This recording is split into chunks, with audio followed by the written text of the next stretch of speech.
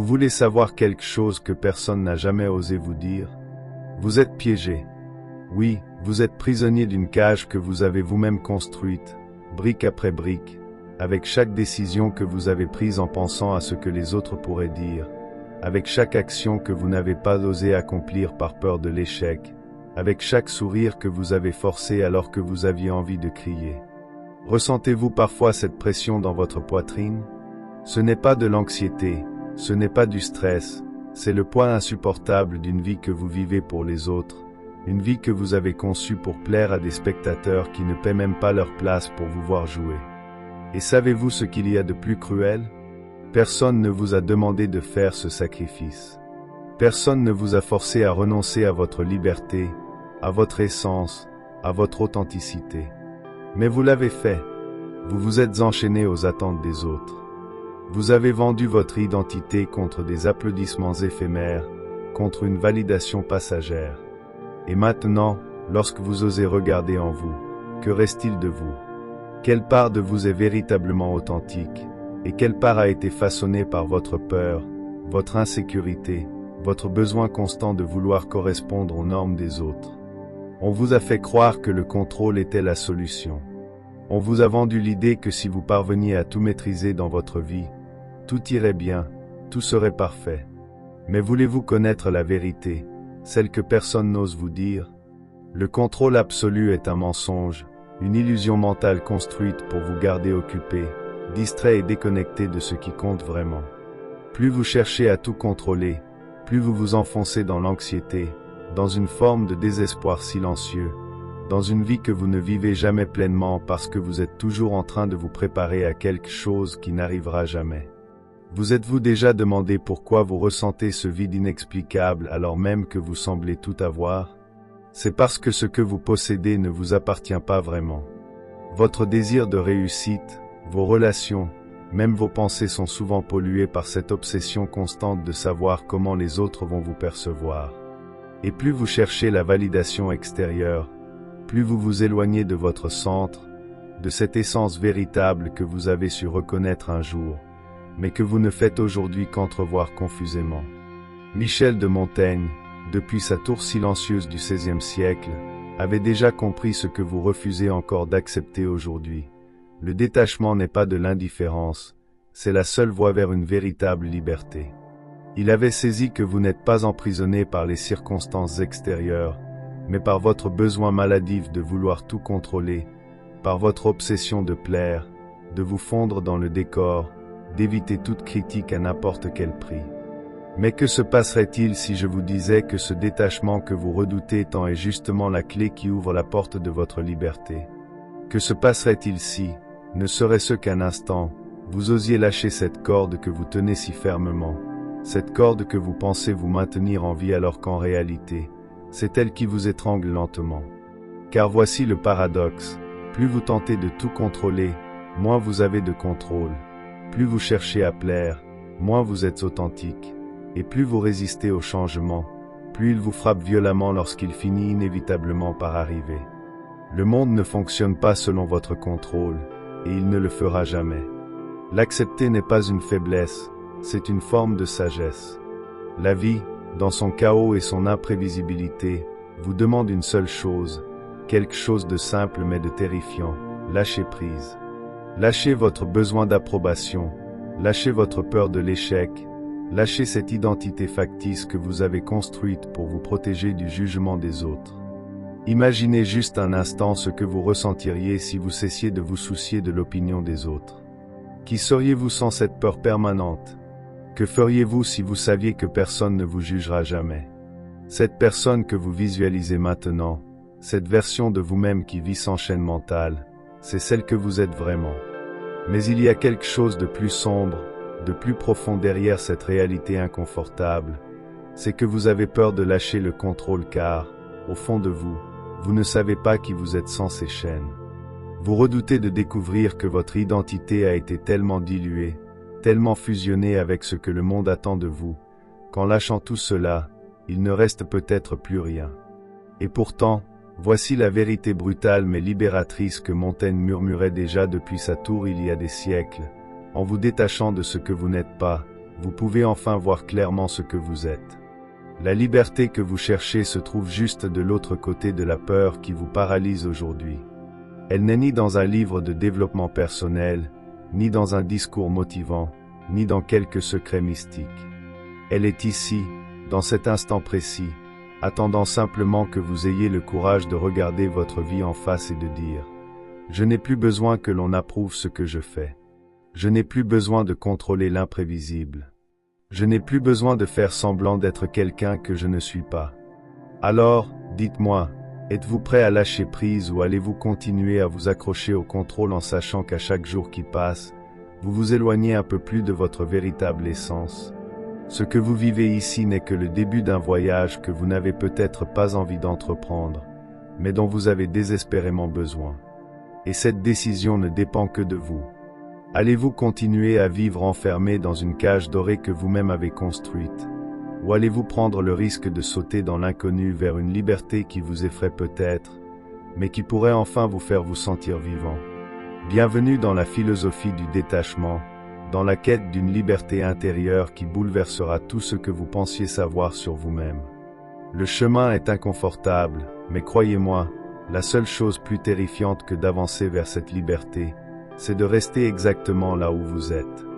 On vous a fait croire que poursuivre des objectifs était ce qu'il y avait de plus important. Mais et si vous découvriez que la plupart de ces objectifs n'ont jamais été les vôtres? Toute votre vie, vous vous êtes efforcé de gravir des échelles construites par d'autres sans jamais vous demander si vous vouliez réellement arriver en haut. Et maintenant que vous y êtes, que voyez-vous? Le paysage dont vous rêviez ou seulement le reflet déformé de ce que quelqu'un d'autre a voulu que vous deveniez? Nous vivons obsédés par l'idée de réussite, convaincus que l'atteinte de certaines étapes nous offrira enfin la paix. Mais vous êtes-vous déjà demandé qu'est-ce que le succès au juste? Et surtout, le succès selon qui? Peut-être avez-vous déjà accompli plusieurs de ces objectifs qui étaient censés vous rendre heureux.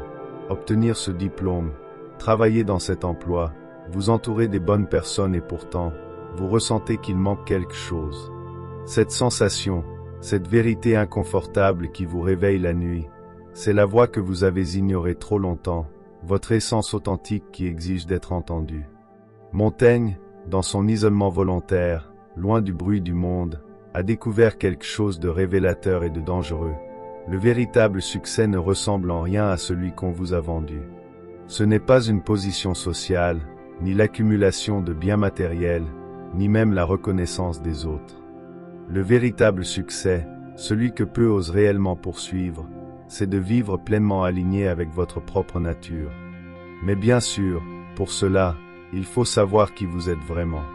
Au-delà du masque, au-delà des attentes et de cette fausse version de vous-même que vous présentez chaque jour au monde, vous êtes-vous tellement habitué à faire semblant que vous ne remarquez même plus l'effort colossal que vous déployez chaque jour pour maintenir une image qui ne vous représente pas? Mais l'esprit est impitoyable. Même si vous tentez de l'ignorer, il y aura toujours quelque chose en vous qui se révèle, quelque chose qui tôt ou tard brise la façade. Voulez-vous une vérité inconfortable mais libératrice? Tant que vous vous cacherez derrière des personnages, vous ne connaîtrez jamais la véritable tranquillité. Le stress, l'anxiété et ce vide constant sont simplement la conséquence logique d'une vie vécue pour les autres. Mais voici la difficulté, et Montaigne l'avait bien compris. La plupart des gens préfèrent la sécurité d'une vie inconfortable plutôt que le risque de faire face à l'incertitude d'être eux-mêmes. Ils préfèrent continuer à vivre à moitié, se contenter de miettes de bonheur, plutôt que de risquer de découvrir qui ils sont vraiment. Et vous, dans quel groupe vous situez-vous? Faites-vous partie de ceux qui prennent le risque de se rencontrer, ou de ceux qui préfèrent rester confortablement anesthésiés par la routine? Car oui, la routine est un anesthésique. Elle vous garde occupé, distrait, piégé dans un cercle répétitif qui endort lentement votre volonté. Mais ce que vous ne voyez pas, c'est que cette apparente sécurité a un prix extrêmement élevé, la perte totale de votre liberté intérieure. La liberté, bien que beaucoup la confondent avec la possibilité de faire ce que l'on veut à chaque instant, est en réalité quelque chose de bien plus profond. La liberté, c'est avoir le courage de rester fidèle à soi-même, même si cela implique de défier les attentes, de briser les schémas et parfois de décevoir ceux que vous aimez le plus. Peut-être vous dites-vous à ce moment-là, et si, en étant authentique, je perds tout ce que j'ai acquis jusqu'ici? Et c'est là que surgit une autre paradoxale vérité. Si vous devez vraiment faire semblant pour garder ce que vous avez, alors cela n'a jamais été à vous depuis le départ. Les relations véritablement sincères, les projets qui comptent vraiment, les réussites qui méritent d'être préservées survivent parfaitement à l'authenticité. Au contraire, c'est seulement en étant authentique que vous découvrez ce qui compte vraiment et ce qui n'était que de l'occupation d'espace. En réalité, vous avez bien moins à perdre que vous ne l'imaginez et bien plus à gagner que vous ne le croyez. Mais bien sûr, vous devez d'abord franchir le pas, ce saut vers l'inconnu, vers une vie que vous ne contrôlez pas totalement, mais qui au moins sera véritablement la vôtre. Et voici de nouveau l'idée centrale de Montaigne qui nous rappelle que le détachement n'implique pas d'abandonner ce que l'on aime, mais de comprendre que c'est uniquement depuis la liberté absolue que l'on peut aimer et construire de manière véritable. Tout ce que vous possédez par l'anxiété et l'attachement finit par vous posséder vous-même. Voici le message que personne ne vous dit. La plupart des gens vivent dans la peur de perdre ce qu'ils ont parce qu'ils ne se sont jamais permis de découvrir ce qu'il se passerait s'ils le perdaient. Ils s'agrippent désespérément à des relations, des emplois, des identités préfabriquées.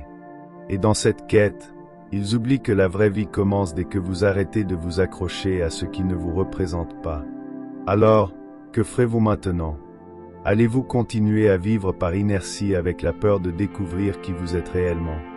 Ou aurez-vous enfin le courage de lâcher ce que vous connaissez et de vous lancer dans cette incertitude qui vous effraie, mais qui cache la possibilité de découvrir quelque chose de bien plus précieux? Qui êtes-vous vraiment, loin du contrôle, de l'approbation et de la peur? Voici le chemin que Montaigne a emprunté depuis sa tour silencieuse, et c'est le même chemin qui se trouve maintenant devant vous. Oserez-vous l'emprunter, ou vous contenterez-vous de rester un spectateur de votre propre existence? Vous seul avez la réponse. Dans cette perspective, nous pouvons également explorer le rôle de l'acte de raconter des histoires. Il n'est pas seulement un véhicule pour transmettre des connaissances ou des émotions, mais aussi un miroir profond de notre quête d'identité. Lorsque nous racontons, consciemment ou inconsciemment, nous nous plaçons face au reflet de ce que nous sommes ou de ce que nous aspirons à être. La narration devient alors un puissant outil d'auto-exploration où chaque personnage ou situation projette nos désirs les plus profonds ou nos peurs les plus cachées.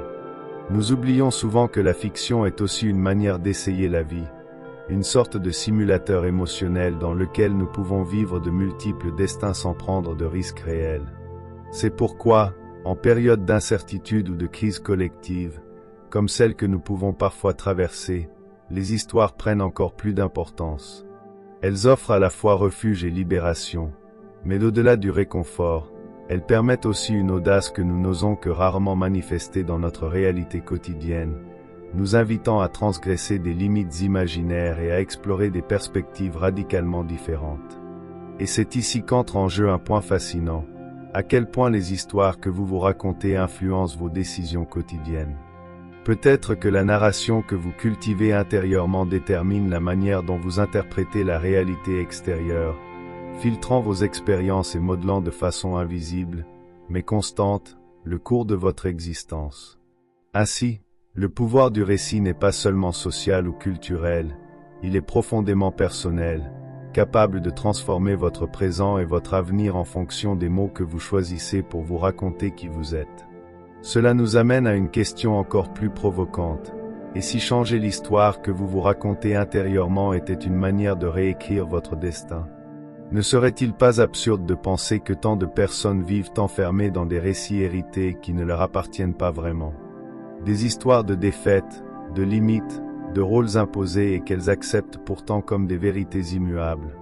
Dans ce contexte, se réapproprier son propre récit devient un acte profondément révolutionnaire.